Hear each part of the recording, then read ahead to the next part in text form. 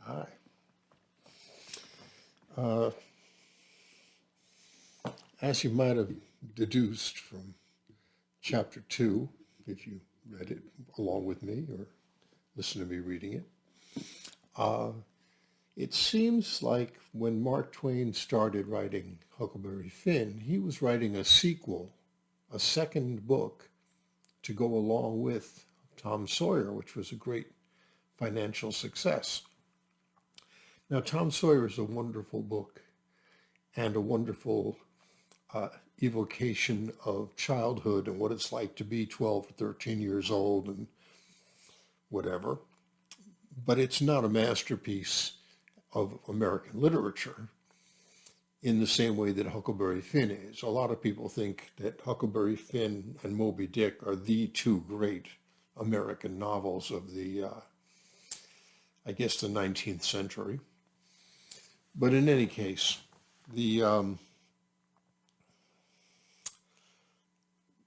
so the book, as a sequel to Tom Sawyer, starts off with a lot of kids and shenanigans, and it's comic, and Tom believes in the books he reads about robbers and pirates, and that everything's got to be done just so, and it's a little absurd, and it's funny,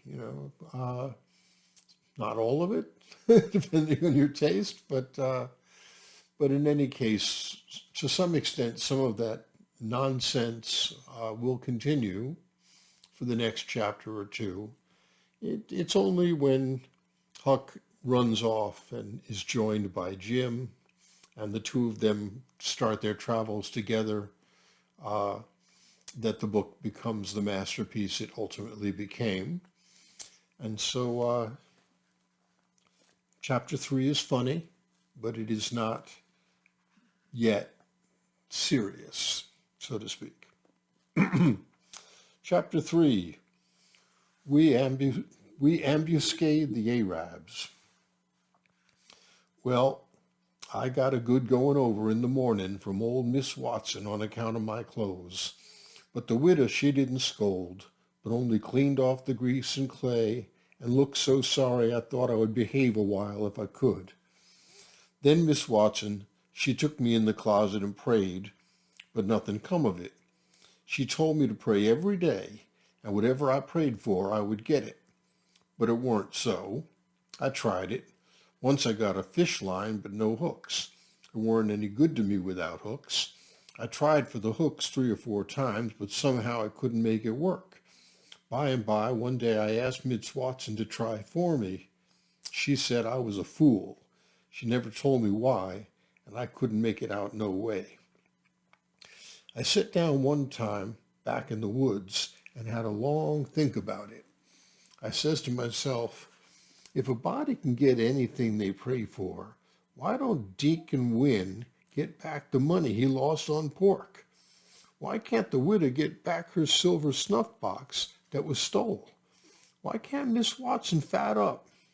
No, says I to myself, there ain't nothing in it. I went and told the widow about it. She said the thing a body could get by praying for it was spiritual gifts. This was too many for me, but she told me what she meant. I must help other people and do everything I could for other people and look out for them all the time and never think about myself. This was including Miss Watson as I took it. I went out in the woods and turned it over in my mind a long time, but I couldn't see no advantage in it, except for the other people. So at last I reckoned I wouldn't worry about it anymore, but just let it go. Sometimes the widow would take me one side, talk about providence and a way to make a body's mouth water. But maybe next day Miss Watson would take hold and knock it all down again. I judged I could see that there was 2 providences, and a poor chap would stand considerable show with the widow's providence. But if Miss Watson's got him, there weren't no help for him any more. I thought it all out and reckoned I would belong to the widow's if he wanted me, though I couldn't make out how's he's going to be any better off than what he is before, seeing I was so ignorant and kind of low down and ornery. Pap, he hadn't been seen for more than a year, and that was comfortable for me. I didn't want to see him no more. He used to always whale me when he was sober and could get his hands on me, though I used to take to the woods most of the time when he was around. Well, about this time, he was found in the river drowned, about 12 miles above town, so people said.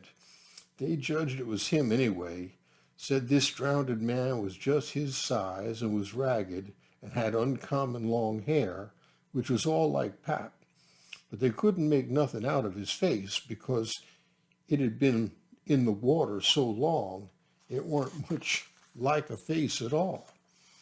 They said he was floating on his back in the water. They took him and buried him on the bank, but I weren't comfortable long because I happened to think of something. I knowed mighty well when a drowned man don't float on his back, but on his face. So I knowed then that this weren't Pat, but a woman dressed up in a man's clothes. So I was uncomfortable again.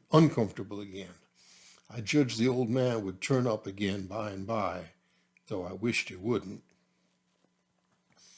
We played robber now and then, about a month, and then I resigned. All the boys did. We hadn't robbed nobody, hadn't killed any people, but only just pretended. We used to hop out of the woods and go charging down on hog drivers and women in carts, taking garden stuff to market, but we never hived any of them. Tom Sawyer called the hogs igots, and he called the turnips and stuff jewelry. We would go to the cave and powwow over what we had done and how many people we had killed and marked. I couldn't see no profit in it.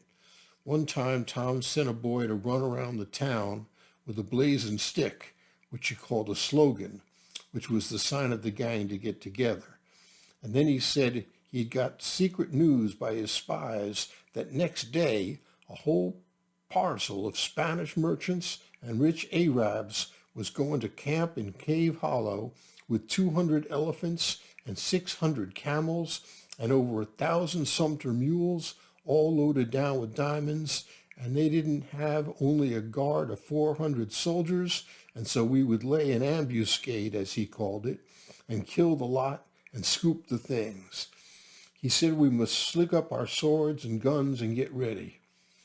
He never could go after even a turnip cart, but he must have all the swords and guns all scoured up for it, though there was only a lathe and broomsticks, and you might scour at them till you rotted, and then they weren't worth a mouthful of ashes more than what they was before.